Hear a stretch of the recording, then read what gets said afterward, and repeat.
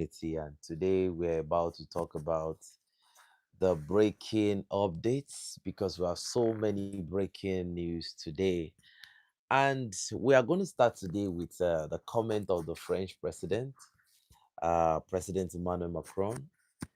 According to Emmanuel Macron, he said he has now thrown out a sort of open challenge to the Sahelian presidents.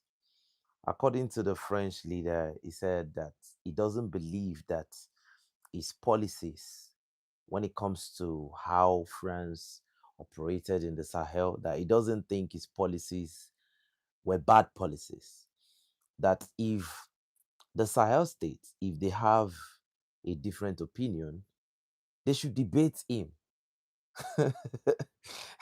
So the French president is saying that if they think he did anything wrong, they should meet him in a debate and not, according to what he said, and not use derogatory terms against France. Actually, I don't think anybody used any sort of derogatory term against France. People are just stating things like facts from what is already in the public domain. He said this in a public presser, okay? Now, all this is coming at a time when France is going through so much economic downfall. Let me call it a downfall.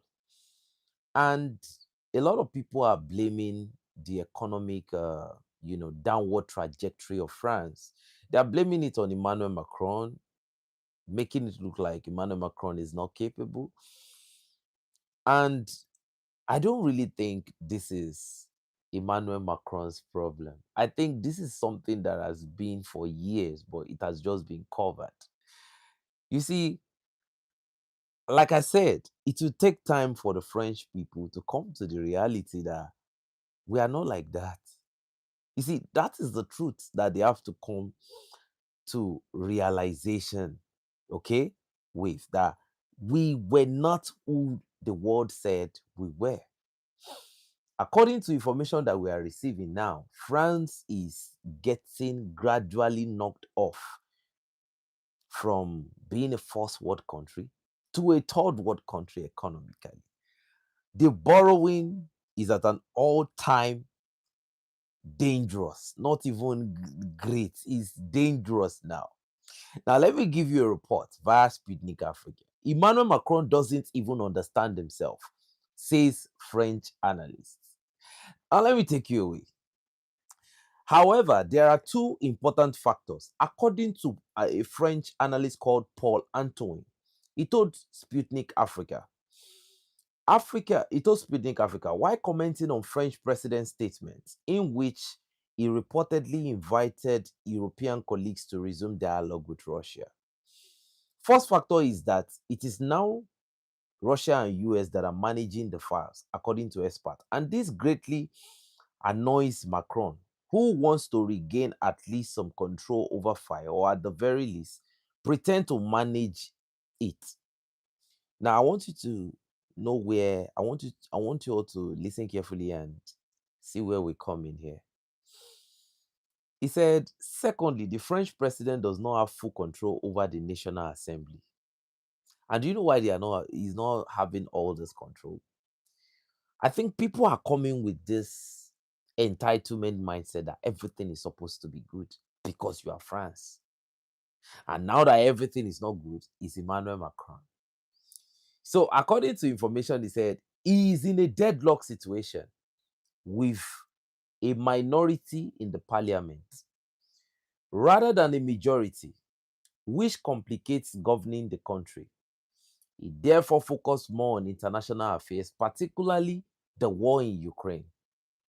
Furthermore, the price of gas. Are you getting his family? A global uranium giant. I'm talking about France used to be a sort of one of the energy leaders when it comes to Europe. France was selling energy. France was giving energy. Like living the La Vida life. But according to information, I said, furthermore, the price of gas is very high.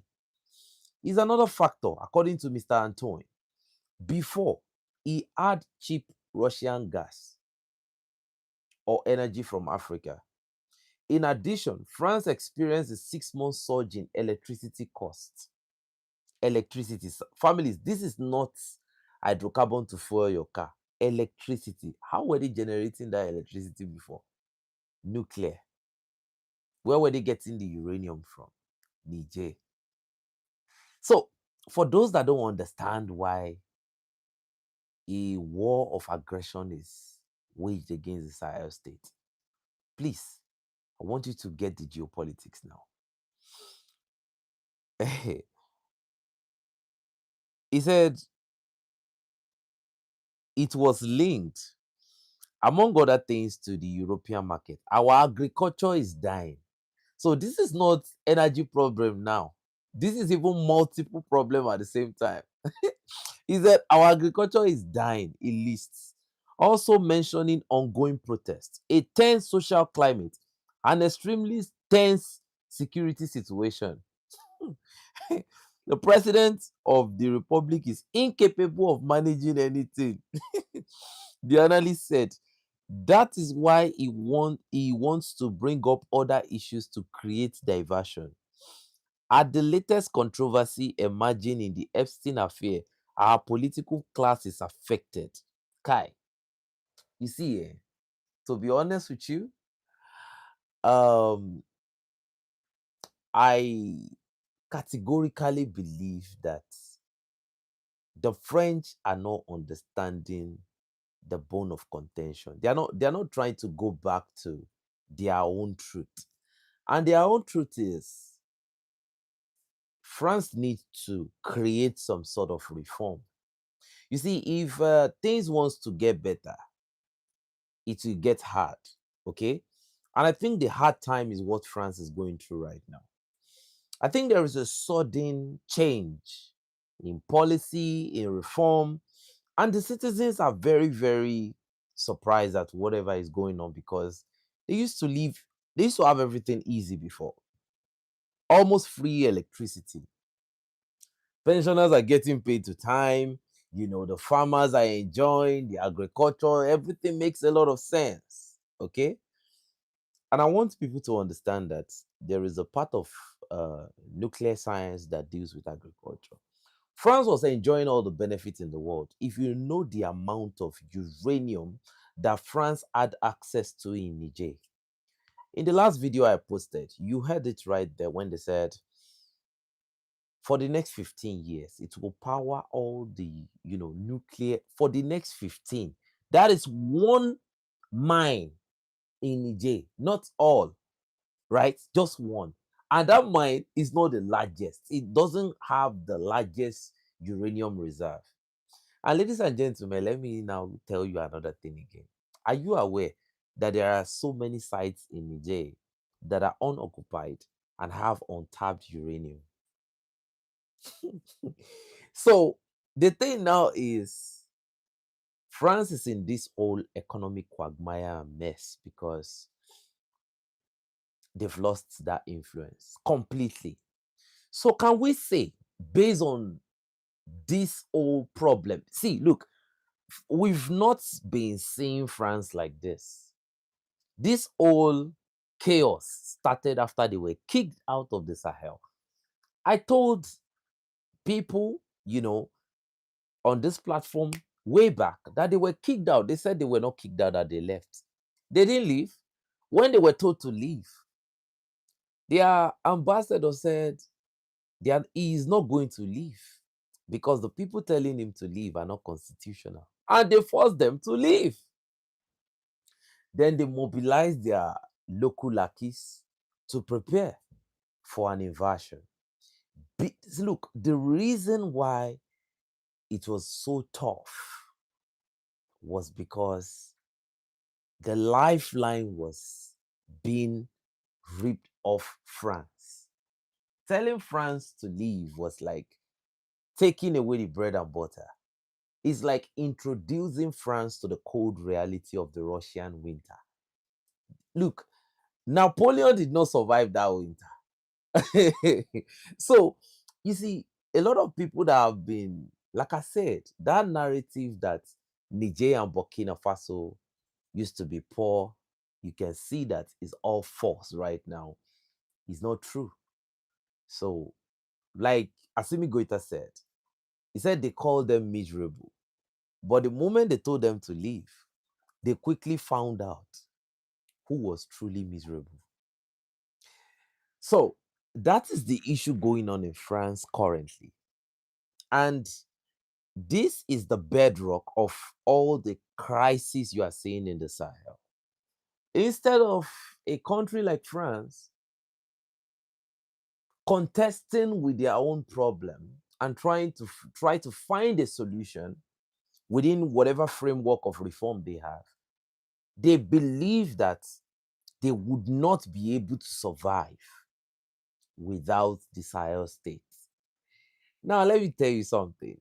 It was said before now, before we got to this point, that if the Sahelian states, if they manage to kick out France, that France, this was said by this was a statement of the former finance minister of France, okay? He said immigration would transverse, that the French will be coming to the Sahel for greener pasture, that they cannot allow that to happen. But ladies and gentlemen, this is 26. This is 2026. When the cockerel has now become a domestic animal, we are no longer living in the wild past. So, ladies and gentlemen, you can see who is really, really the bad around. So, that aside, let's go to the main information of today. Algeria, your last video made me feel good about where we are headed. Algeria seek to revive regional cooperation to stabilize the Sahel. You see, that language, that headline alone is wrong. Okay, Algeria seeks to revive regional cooperation. Algeria seek, bilateral cooperation. Algeria, look, say something good. Don't say to stabilize the Sahel. Efforts are already in place, okay, to stabilize the Sahel. What you can do is to make it easy by playing your role, by pushing out the people that are terrorist leaders that are currently in your territory, that, push them out. Let them go and face justice. With that, then we can say that, okay, Algeria is ready to contribute to the stabilization of the Sahel. Not to say Algeria, to stabilize the Sahel. That is very, very wrong. Now, according to information, Algeria wants to strengthen its role in stabilizing the Sahel. According to President Abdulmajid Tebboune, I discovered that the president of Algeria has been talking about Niger. He has been talking about Burkina Faso. Did not really want to mention Mali because of the guilt. We understand. I think President Abdul Majid Tebboune feels the guilt real, real well. When you wrong someone, and it's like when you wrong somebody that you see almost every time, and that person has a friend, and you want to have a conversation with that friend, and the person is there, you won't feel comfortable. Okay. So Algeria knows. But based on the reports that we gave, based on the report from Mr. Abdul Majid Tebboune, that he wants to, get involved in bilateral cooperation and all of that. I think, to be honest with you, family, I think President Abdul Majid Tebboune is smart. He is doing this in the interest of his people and in the interest of Algeria. Okay? In geopolitics, there are no forever enemy. There are no forever friend. If there are forever friends, Ukraine will not go to war against Russia. If there are forever friends, Niger and Nigeria will not have conflicts. Okay? So, what we've seen is that in geopolitics, there is, you know, there is interest, and sometimes there can be a sort of conflict of interest. Now, I will say one thing categorically. You see, when I listen to everything that President Abdulmajid Tebboune said, it reminds me of one of his press conference that I actually dropped on the Android community. You know, we've dropped so much video in the past that I can't even remember some. I can't remember where they are. We have a lot of videos now, right? Where he said he doesn't understand. I don't know if some of our day ones can remember when he said he doesn't understand why the Alliance of Sahel States, why they are building up their military capability there. Why are they building up? He said um, his plan is for them to have schools, to have water, to have this, and they are getting so much equipment that what do they need it for? So when I looked at this particular um, statement, right, when I looked at everything he said today, and I saw the president of Algeria talking about, you know, school, and I was like, all right, that's another signal, right? That's another signal right there. Now, it is in the purview of the Sahel states themselves to look at things from their own standpoint and analyze and, you know, possibly dialogue with their Russian friends. So, what Abdul Majid Tebboune is talking about right now is dialogue. That's what he's talking about right now. So, dialogue is you come, you state your own interest. I come, I tell you my interest. And I don't know if that dialogue will involve, you know, paying reparation for the, you know, the offenses against the Malian, and, you know, but the thing is, there are levels to dialogue, and we, you see, when you look at like we spoke about some things yesterday. We categorically emphasized on the reason why there is no winner in the conflict between Niger and Benin Republic. Why, you know, both parties need to come together and do better for Africans, because at the end of the day, it's about the people. It's not about the leader. It has never been about the leader. It's about the people. As long as you are doing the best for the people, then everywhere is Delta Hotel. And you know, we talked about the economic importance of the rifts going on. Okay. And fortunately, we saw that okay, the border have been opened. Okay. If that border was even a funny border, okay, but it's still a border. Okay. So that is just to tell you that Africans don't have borders. You see, those illegal borders and lines and all of that, we don't have borders, let's be honest. So, but that's that. So let's move on from there. So it's good because this is happening at a time where, with the diplomatic hand of Algeria noticed that there was a transportation gap. Algeria noticed that there was a transportation link that has been truncated, okay, by Benin. You can see that the partner they approached directly was Niger. This is diplomacy. They discovered that Niger needed something. And strategically, there is a problem right there. Okay, we can take advantage of this. Then, you know, no matter the bilateral talk they want to talk about, transport will be part of it. And Algeria shares a you know, direct part with Niger. And they could have, you know, probably, you know, apart from the fact that they want to build a trans-Saharan, you know, rail path, they would have even go down to telling Niger that, you know, we have our port is directly to Europe, and, you know, it can make things come faster and all of those things to your country. You can ship in things faster. You can ship your things towards Europe and all of that, Eurasia and all of that. So when you look at everything, mm, to be honest with you, I feel like Algeria, they were trying to take advantage of the situation. I don't know how long Benin Republic will stay legit. Okay, that is my own point of view now. Benin, for quite a while, have been manipulated a lot. I will call it a manipulation. Why? Benin cannot call any shots here. A lot of people currently, Benin will now be hosting a huge contingent of Belgian troops in their northern territory.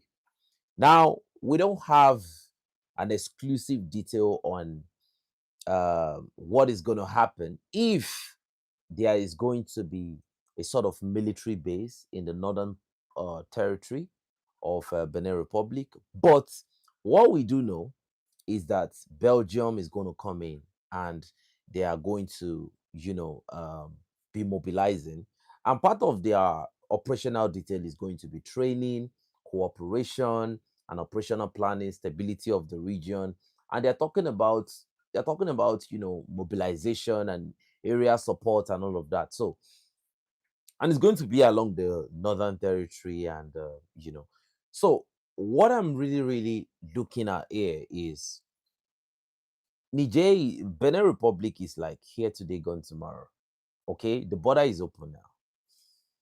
Niger and Benin, they had a good relationship. All of a sudden, we saw that everything was crashing out. Okay, and you see, where I got disappointed, I have to be very, very honest with you. Where I got disappointed about the way Benin moved was when they started arresting Nigerian citizens, saying that they were acting as spies and they were spying on the movement of the president of Benin.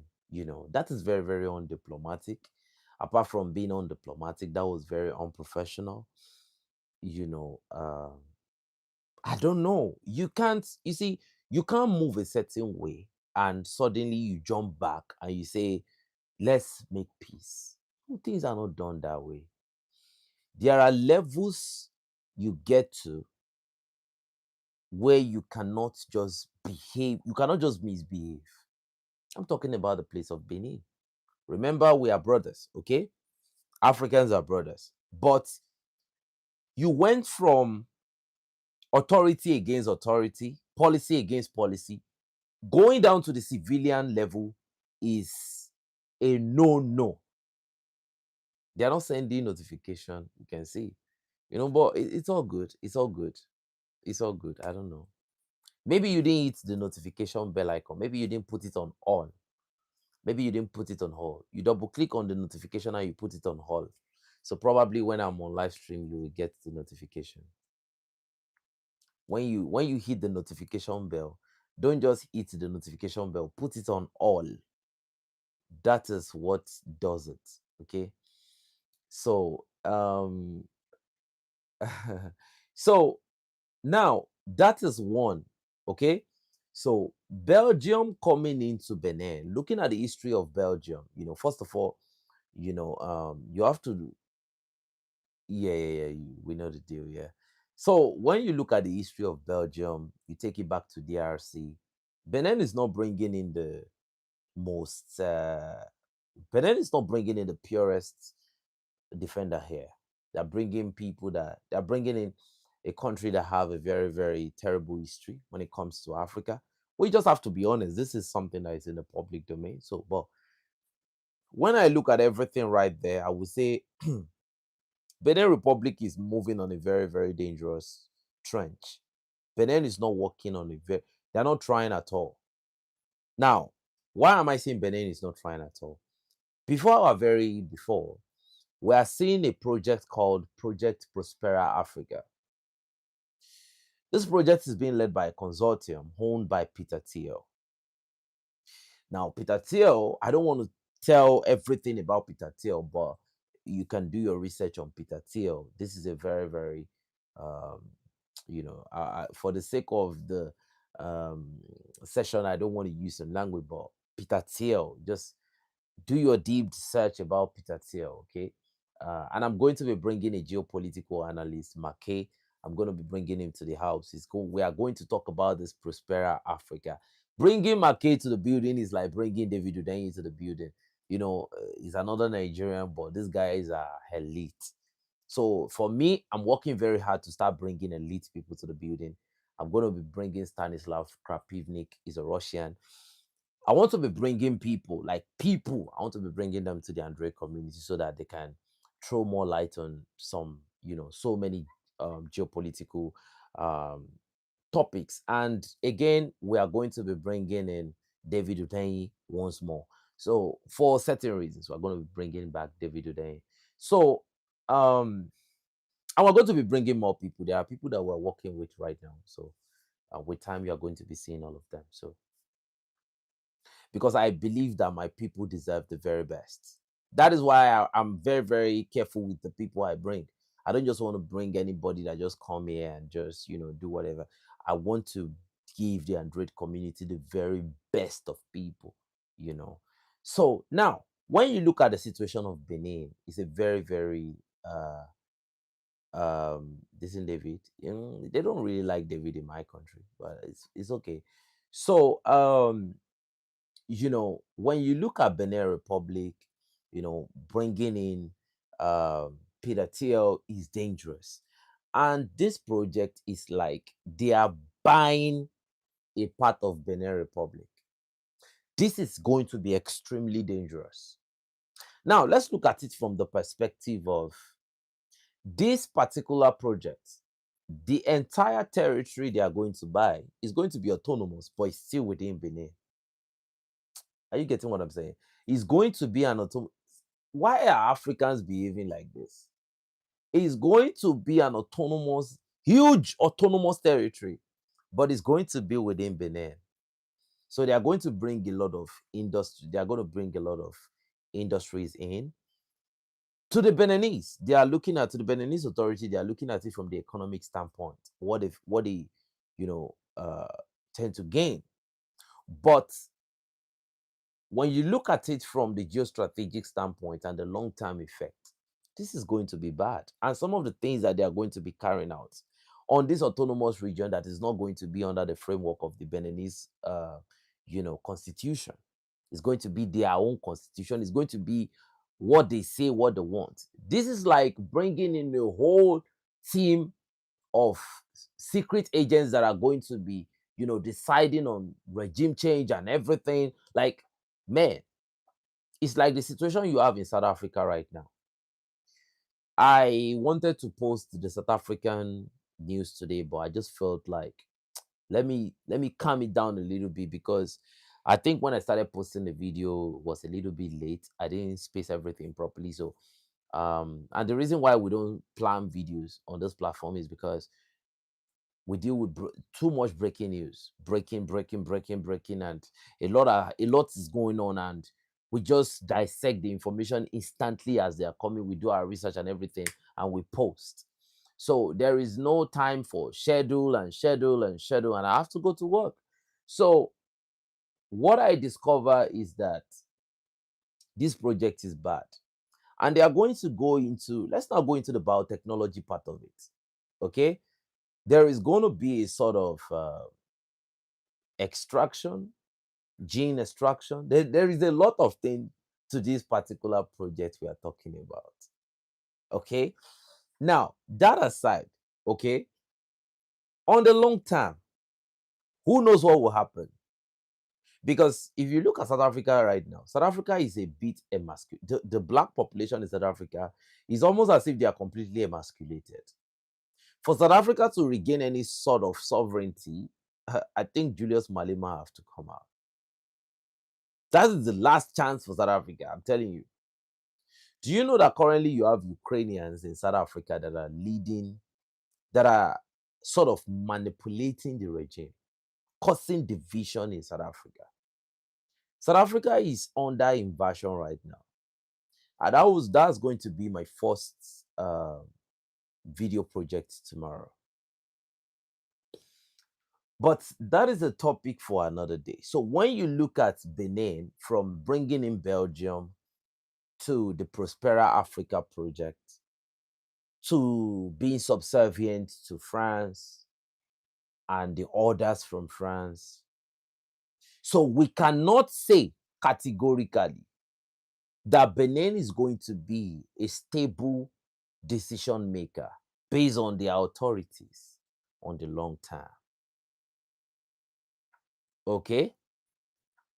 On the long term, Benin Republic is not going to be able to categorically tell us that this is what they are going to do, and we are going to rely on it that, okay, they are going to do it.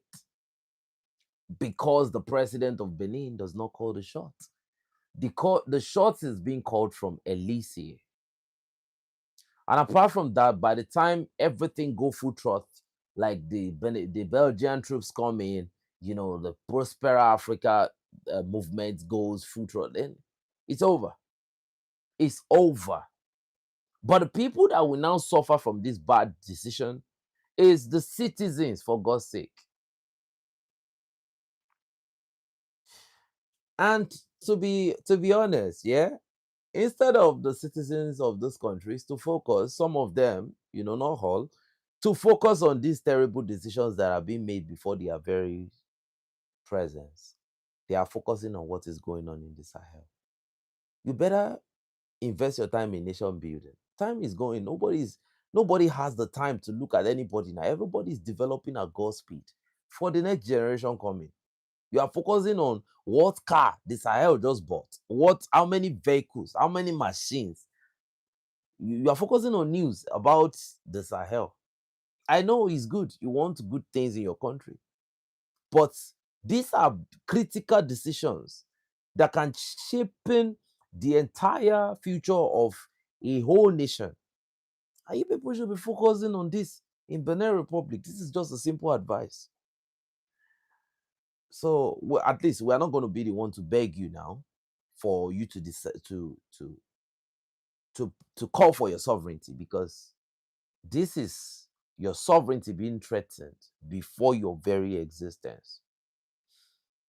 If you like, call for it, and if you like, don't call for it. And speaking to the Beninese in the building, so this is where you get the game. I know your media have probably been censored, and emasculated to the point where you can't get details like this, and it's going on in your country.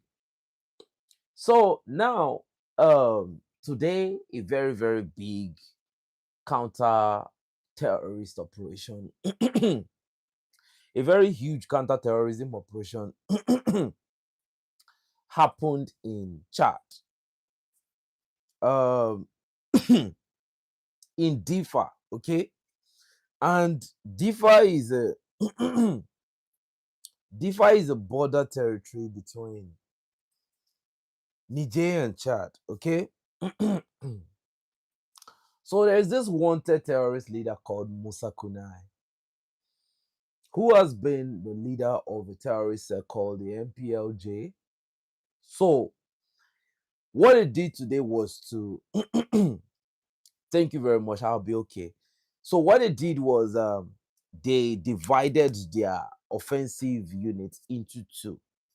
So what they wanted to do was to get like um a support fire team, okay? Then they wanted to get a sort of main offensive team. They wanted to cause a serious destruction in Niger. Now, this is the first time, or probably the second time, an attack is coming from Chad. Before now, there was no attack from the Chadian border. So Niger was not destabilized from Chad. Like I said, the objective of the people that want to see Niger fall is to encircle the entire territory, to stretch the military. And to address this problem, Niger has called for recruitment and mobilization all around the entire country. And when you look at policies like this, it interests the locals. People want to join the military and fight for their country, like most especially to probably defend their neighborhood or defend their community. So, Niger Republic today, they maintained a very good defensive stance against this MPLJ terrorist sect. You know, these guys came with gun trucks. In our last video, we actually posted the image of the gun truck. You can see that MPLJ was inscripted on the door, and many motorcycles, several motorcycles. So according to information, the Nigerian launched a ground counteroffensive and aerial bombardment. Now, according to information, the Nigerian response was very, very, effective as a result of the close coordination between the air component and the ground component, together with some mechanized, artillery brigades units. So artillery brigade units. So they actually bombarded the terrorists to the very, very last. And according to information from the locals, some of these terrorists ran back to Niger. They ran back to Chad. And based on the reports, the casualty reports at the time of this update is now 30. The first report that came out said 10. So this evening, after the search operation was launched, they've now discovered 30 bodies and counting. So now, looking at this, there is one very clear link, okay? This only means that the whole meeting that we've been seeing between Emmanuel Macron and Machal Itno, the president of Chad, immediately I noticed the proximity between the two. I said, something dangerous is about to happen. And, when it comes to counterintelligence, like I've said before, I think Niger is extremely good when it comes to counterintelligence. Niger in Africa should be top 3. So when you talk about Niger, you are talking about the entire alliance of Sahel states. These guys are top 3 when it comes to counterintelligence. When you listen to secret information coming from General Abdurrahmani Chiani, sometimes you wonder, how is this man able to get this level of information? According to what I heard from analysts, they said he has been in counterintelligence for a long time. So you can see that even Natalie Yam, talked about the relationship between the Chadian president and Emmanuel Macron. Okay? So they are now trying to use the Chadian president against the AES.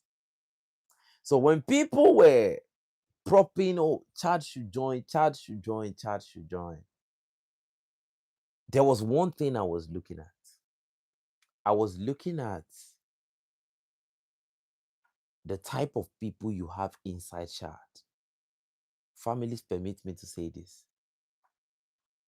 We have blacks inside Chad. We have Arabs inside Chad. I don't know if anybody understands what I'm saying. You have Africans inside Chad. You have Arabs inside Chad. One of the biggest partners of Chad is the UAE. That was why Chad supported RSF in the elimination of several Sudanese. So when I look at, I've been looking at Chad, even though the African citizens in Chad have been saying that, they want to join the AES. I've been looking at Chad and been like, you are a recipe for disaster, for God's sake. You cannot join the AES.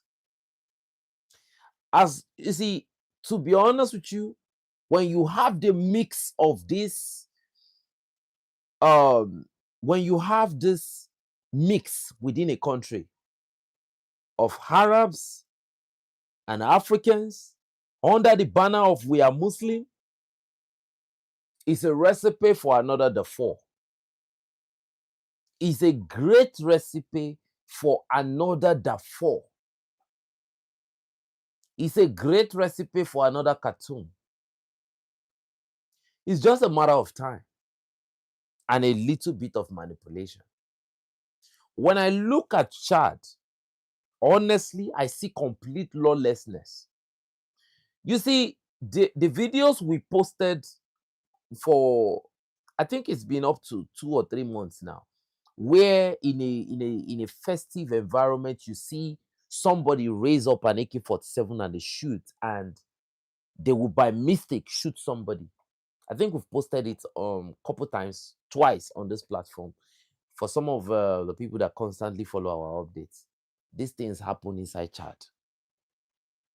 So that means this is not a country that even have a good control on firearms. So looking at Chad, and when you look at this Musa Kunai, that according to information is given asylum in Chad, who led this operation, you will definitely know that that country itself is better. It's better you leave them to maintain their peace than to let them join you.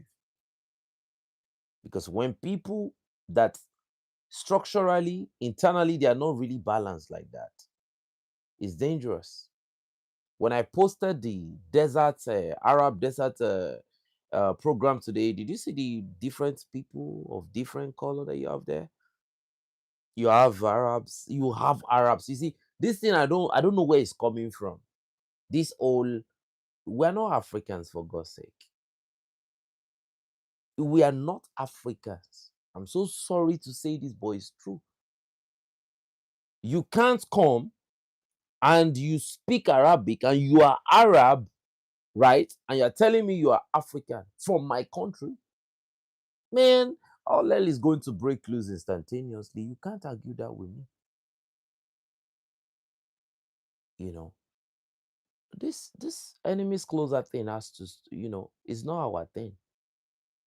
If it's our thing, what happened in Sudan will not happen in Sudan.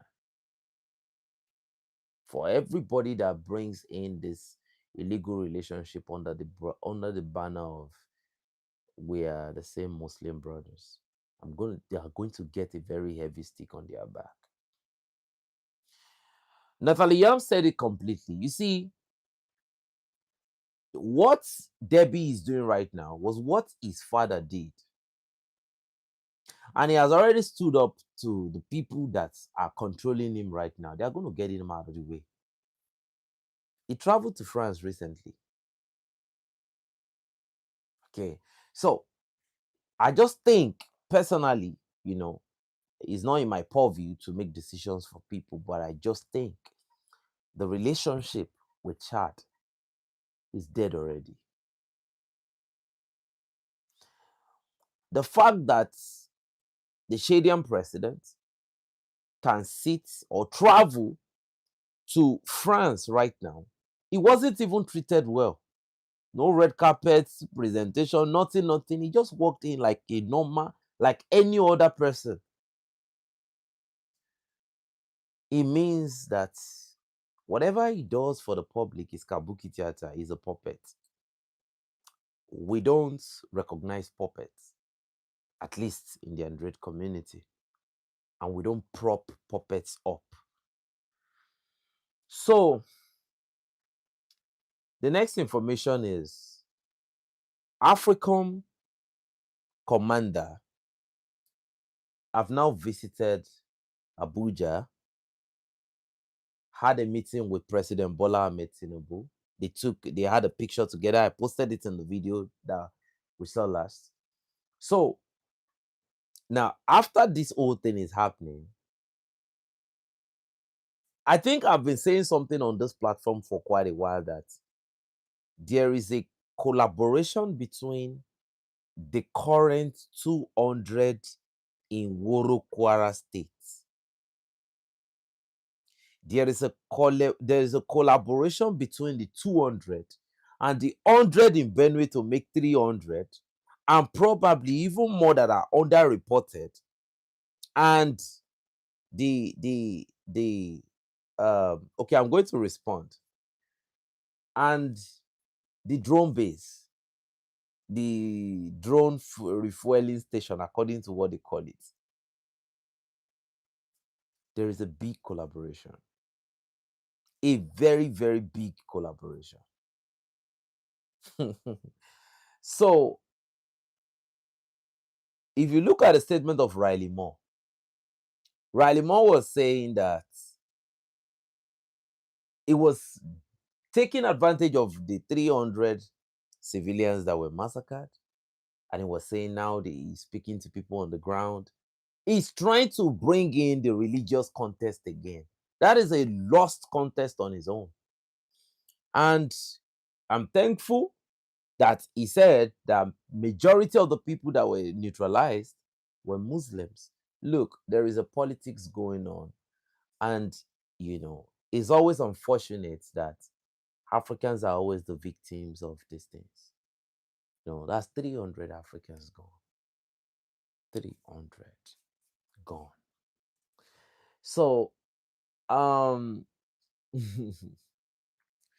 and they are using it to propagate this old partnership they have with Nigeria, and it's so unfortunate. And like I said, the partnership is not going to make any, you are not going to see any change. We were seeing changes, we were seeing a lot of improvement, okay? And suddenly, 300, immediately, you saw that immediately, hours after the 300 were neutralized, the next thing you saw was, okay, now a contingent have been moved to Nigeria, and we won't be having a permanent base. We just need a refueling station where we will land our drone, refuel, then go back to Ghana. It's not clear. It's not clear at all. How do you fly a drone from Ghana, refuel, and why are you refueling there? Refueling to operate where? Refuel, are you flying beyond the territory of Nigeria? You want to conduct reconnaissance operation, you want to give area support with how many missiles from the MQ Reaper? Which of the MQ Reaper do you want to use? How many missiles do you want to fire from that MQ Reaper? That you need a refueling center in the north. What is the distance between Ghana and Nigeria? Kai. So a lot of people don't really understand the plot that is going on, but this is huge. This is huge. And they've said it before that they are the ones sponsoring, the Boko Haram. But unfortunately, people continue to think that these people are coming to save and rescue Nigeria. This thought process is very common among a certain group of Nigerians that believe that, okay, the US coming to Nigeria will make a change. So we'll be here. If there's any positive development, I will bring it to you. If there's any negative development, I will bring it to you. But from what we are seeing right now, there is negative development. So let me answer the question in the super chat, right? To what extent will Russia protect the alliance of Sahel? To whatever extent. You see, I don't want to only be the one talking about this. Now, if I'm going to be talking about the security partnership, if I'm going to be talking about the defense agreement between Russia and the Alliance of Sahel and what it entails, okay, in a kinetic situation of a sort of imposed aggression where you have a coalition or whatever, what will Russia do? Okay, to have that type of conversation, I don't think I can give you a detailed report. I think a Malian military officer or chief can actually give us a very exclusive report on that. I will speak with Brother Homer Keita if we can get in contact with any Malian, military chief. Probably bring him on the Andre community so that he can educate, or probably have discussions with him and get information, or bring in a military officer personally on my own for analysis. Okay, I can bring in a Nigerian military personnel. Another thing that we can do is to contact Russians themselves. Like I said, I've been working to bring in Stanislav Krapivnik. Like I said, he's a Russian, and he speaks English. Um, he has been on sessions with Scott Ritter, the weapon inspector, the UN weapon inspector. I can bring in. I'm currently chatting with Stanislav Krapivnik, and I'm working with other people, to come and give a very detailed information about this particular military corporation and what it will entail in a situation where there is a sort of military escalation or kinetic engagement. Okay, how will Russia apply? Is it military aid? Is it full, you know, uh, involvement? And if you look at the situation right now, you cannot compare the military agreement that Russia has with the Alliance of Sahel States to what they have with any other partner. Okay, let me make this clear. In Venezuela, the Russian troops were not on ground in any capacity. Okay, in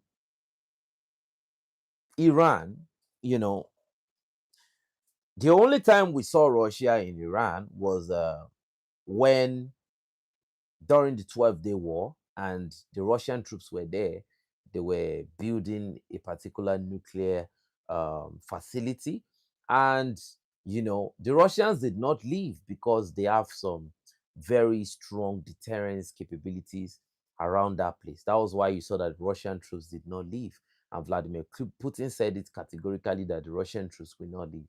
Now, in a situation where you have Russian troops in the Sahel, you know, anybody that seek escalation with the Sahel can have it from bad to worse. You know, it can go from very bad to worse for anybody that seek escalation with the Sahel. What do I mean? It's like attacking US troops in Ghana. Do you get what I'm saying? It's like attacking US troops in Ghana. And I'm not talking about attacking. If terrorists attack them, it's a different thing. Terrorists have no flag. They don't understand United Nation Convention or whatsoever. Okay? But if you carry the banner of a country or you fly the aircraft of a country and you attack those troops and you can be tracked or they notice that is your, then that means you are already in a confrontation with the US. Same it is with Russia. Attacking Russia and you carry the flag of a country. So let me just let you understand categorically. Russia is in the Sahel. I don't know if you understand. Russia is present in the AES. So, in a situation of a full-blown escalation, that means it can go from 0 to 100 very, very quickly. You see, the reason why when you listen to Western media, they say the Sahelian states are collaborating with Russia for military protection. They don't know how to put it. They don't know the best way to put it because they know that, how many nations can confront Russia on the planet? How many in a military confrontation? Capability for capability, heart for heart, you know, ruggedity for ruggedity. How many nations on the planet? I doubt if there is any. I seriously doubt if there is any.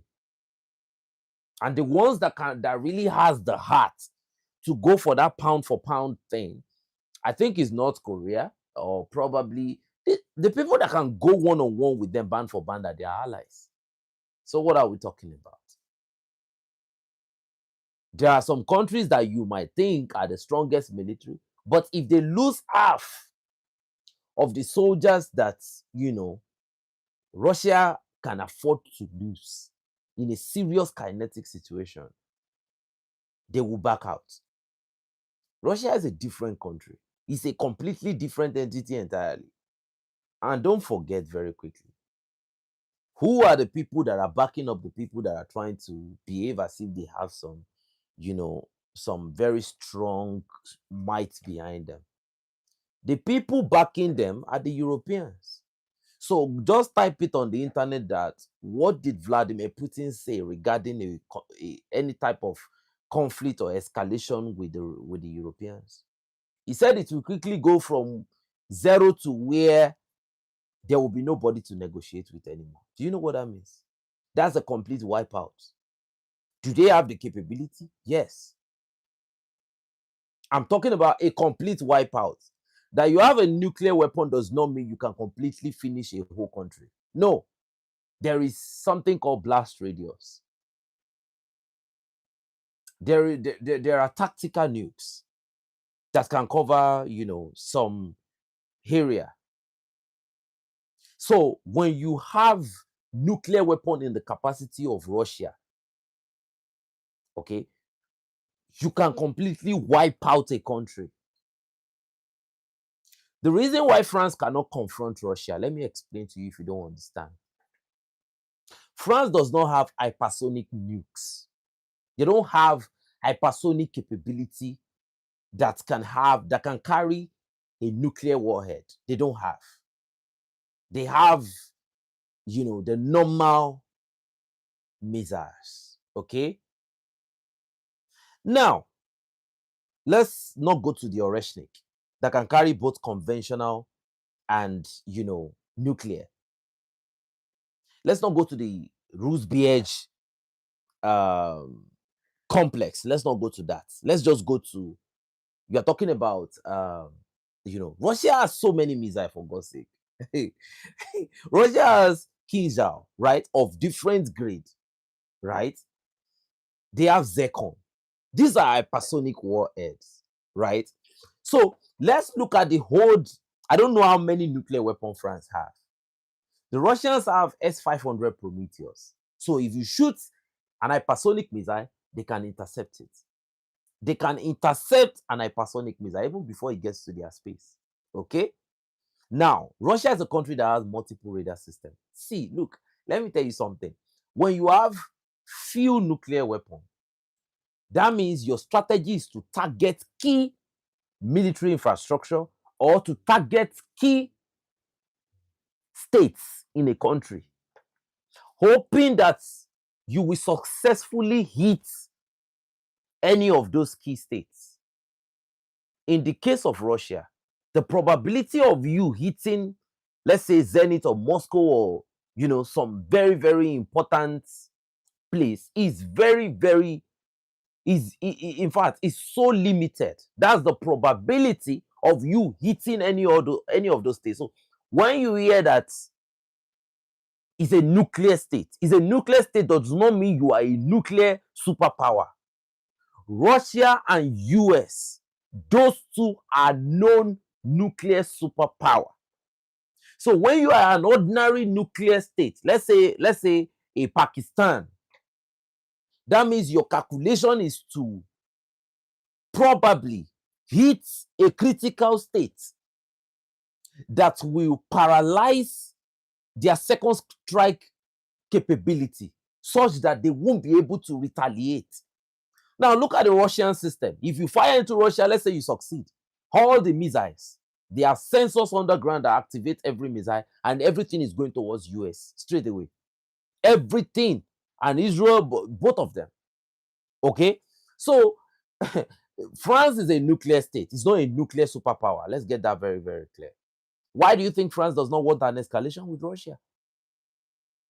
They know what it is. But the question is, can Russia strike every state? in those countries. I'm talking about state by state, piling a very, very enormous level of disaster to where the people that will be left will probably be scavengers. It's very, very possible when you look at the number of capabilities. And when you look at the nuclear triad, it's not enough for people to just say 20 nuclear weapons. They won't dare to talk when we are, talking about countries like, do you know what they call a nuclear superpower? So when the Sahel states have a partner like this, they can behave anyhow, but still they are behaving themselves.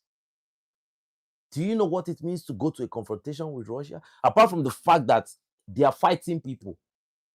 Do you think if it is Medvedev that is the president of Russia, do you think Medvedev see, Vladimir Putin is a good president. With Dmitry Medvedev, right? And he has this type of agreement with the Sahel. Some escalation would have led to something else. Simple escalation, it could have led to something else because Medvedev don't play.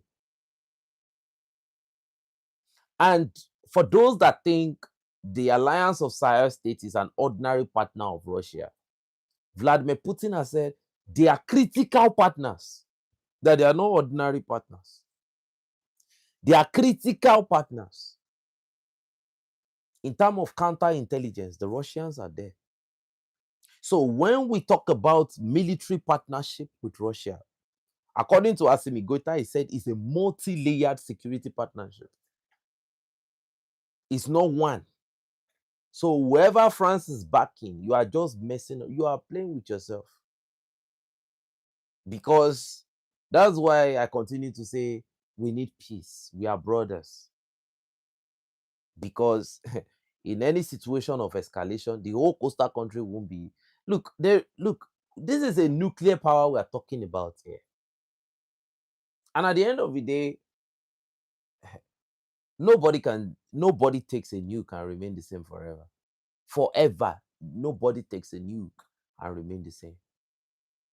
So a country that has over 5,000 nukes and they have nuclear triad, that means they can strike from air, from ground, and from sea. Okay? They have different submarine class of nuclear weapon. That means the way some countries can stay around you, Russia can decide to encircle anybody. Who will defend you? Who? So leave the Sahel alone. That is the message. That is why you see that they continue using terror. No country, like I said again, no country will decide by themselves to go to the Sahel. No country will do it. Nigeria, that all of you are talking about, will not dare. Oh God. I'm not messing around though. Nigeria, you can see that even when the Lockheed man, they told Lockheed to step down. He stepped down. Nobody will help you.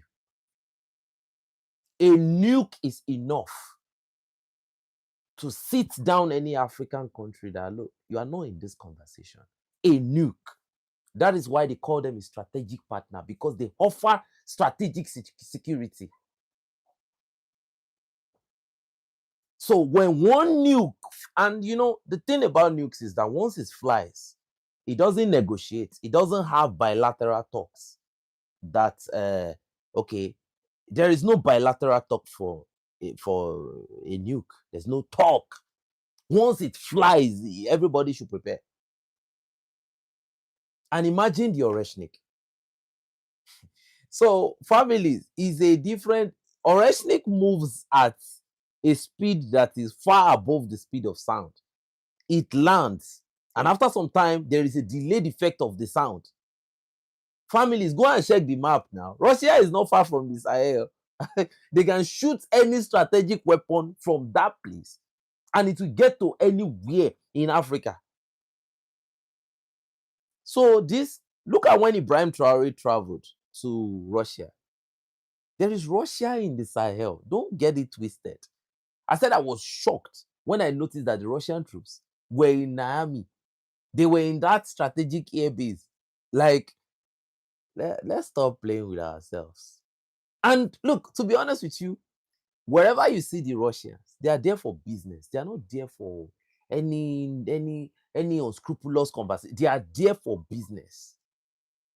And you can see it on the line of contact with the results that these countries are producing.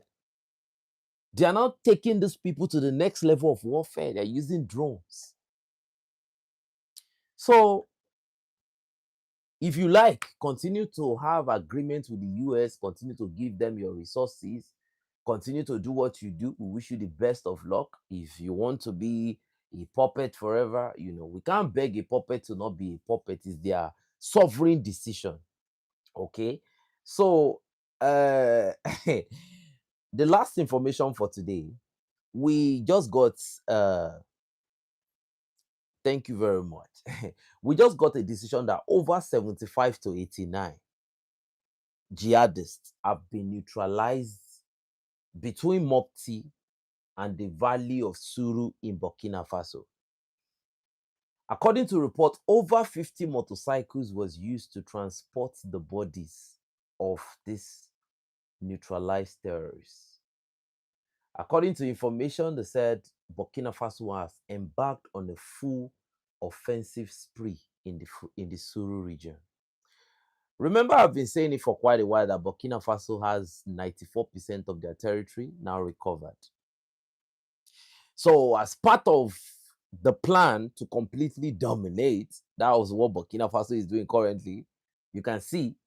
Now, you see, when people hear 75 to 89, the novice will think it's impossible. Did you hear what the Nigerian soldier was saying yesterday when he said he lost 300 of his comrades in one operation? When you hear numbers, 300 soldiers died. Do you know what 300 soldiers? Do you know what that is? In one day, one attack. So, and when you look at 75 and 89, this is a very, very possible number. What do I mean? When you look at the number of terrorists, okay? When you look at the number of terrorists, right, that attack at once, definitely, a fully mounted contingent with GPMGs and bipods, they will really, really get a lot of numbers into the mud. So I feel like this number in Suru is very possible. This is not the first time we've been seeing this huge number in Suru. We've seen 50 in Suru, we've seen 45, we've seen 27, we've seen 18 KIA in a single day. So, and so far so good. Suru has been an impregnable place. And another thing for the Suru is it has a lot of valleys. So when it comes to the defensive positions of the Burkinabes, it is very, very impossible for the jihadists to enter. And most of the time, the jihadists have always tried to penetrate Suru out of pure heart and grit, that they can do it. That it is possible, that they just have to continue to shout Allahu Akbar and they continue to move forward. And that is what has led to over, between 75 and 89. And they'll continue to make that, they'll continue to scream Allahu Akbar until they discover that, man, I am not bulletproof and I'm a human being. Because imagine when 80 people drop beside you, then you will know that this is for real. This is not based on, you see someone shouting Allahu Akbar beside you, he drops. This person is about to talk, maybe he shout the first word, he drops. That's when you know that Allah has nothing to do with what you are doing. And that moment right there is unforgiving. So based on the reports we have, there are no casualties. Now, the reason why I think there are no casualties in this operation is I have seen the units in Suru. The Rapid Intervention Brigade in Suru, those guys are dangerous. Now, I can't really tell which particular deployments they have, which particular Rapid Intervention Brigade is in Suru. But those guys in Suru, They need to give them a different name entirely. I don't know. When you hear Suru number, Suru Valley, the numbers you hear is always outrageous. So thank you so much, family. Thank you so much, family. I really appreciate it. So with this, I think the Burkinabes are doing a great job. They have a very, very wonderful security partner. Uh, Burkina Faso people, they are already fighting people. You see, Mali is an impossible place right now. I saw the military, I saw the troops of Mali recently in, I don't know where they were going to. Man, that deployment was too much. The numbers was unbelievable. Like they were all like as if they were covered in dust or something. They were going like with their guns, and like when you look at the face of these guys, those faces I've seen a lot. So I kind of think the way it's going right now, if care is not taken, you know, it will be impossible for terrorism to survive in the Sahel. Why do I think it will be almost impossible? The Sahel, you see, with time, is the Sahel is not going to be a place where terrorism will survive, because the generation that are born into revolution. The way they are taking their military is different now. The way the Sahelian alliance, the way they are looking at their military, the look they are giving to their military is so different. And I kind of think that Algeria is trying to distract. I'm so sorry to say this, but I kind of think Algeria is trying to distract, because Algeria used to see themselves as a regional power. But with the way Mali is coming up, with the way Burkina Faso is coming up, it might get to a point where strategic capability for strategic capability, there might be a match. And nobody is a regional power. And instantly anybody can be a nobody. And they don't want that to happen, because, the bad around wants to keep being the bad around. So, what is going on in the Sahel right now? I am looking at the future, and I think it will come to a point where the Sahel will have a build up to where when you get to the Sahel, you will experience peace, because number one, they have what they call sovereignty. Not every nation can stand up and say what sovereignty is. Not everybody can be in that condition. And first of all, in Africa right now, we can beat our chest that the Sahelians can say that they are the first people to talk about sovereignty from a place of understanding and a place of experience. The Sahelian people can, in fact, when they are talking about giving talks on sovereignty now, they can now invite people and okay, they can now invite them and say, tell us about sovereignty. What have you experienced? What have you seen? How is this thing? How is it done? Every other person is just giving theories. They are experiencing sovereignty in these three nations. So they've earned the right. And to maintain that sovereignty, the military build-up has followed. Because without a very strong military, there is no sovereignty. Don't deceive yourself. So what the people see, look, if the people trying to impose the aggression have left the Sahel alone, it would have been better.